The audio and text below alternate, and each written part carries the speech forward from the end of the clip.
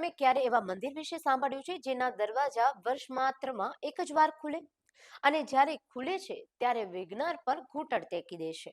આજે આપણે વાત કરી રહ્યા છીએ કર્ણાટકના હાસન જિલ્લામાં આવેલા અદ્ભુત હસનંબા મંદિર વિશે. જી હા, એક એવું મંદિર કે જ્યાં ચમત્કાર પરંપરા બની ગઈ છે. દિવાળીના પવિત્ર સમયે જ્યારે એક વર્ષના લાંબા ગાળા પછી આ મંદિરના ગર્ભગૃહના દ્વાર ખોલવામાં આવે છે, ત્યારે જે દ્રશ્ય દેખાય છે તે માન્યમાં ન આવે તેવું હોય છે. એક વર્ષ પહેલા પ્રગટાવેલો દીવો હજુ પણ ઝગમગતો હોય છે. અને એટલું જ નહીં, માતાને ચઢાવેલા ફૂલો પણ કરમાતા નથી. અને ભોગમાં ધરાવેલો ભાત એટલો તાજો હોય છે કે જાણે હમણાં જ રાંધ્યો હોય. કોઈ ફૂગ નહીં, કોઈ દુર્ગંધ નહીં, બસ અદ્ભુત સુગંધ.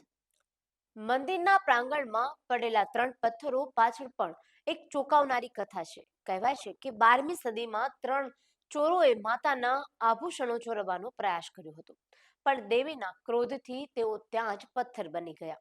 આ પથ્થરો આજે પણ એ ઘટનાની સાક્ષી પૂરે છે.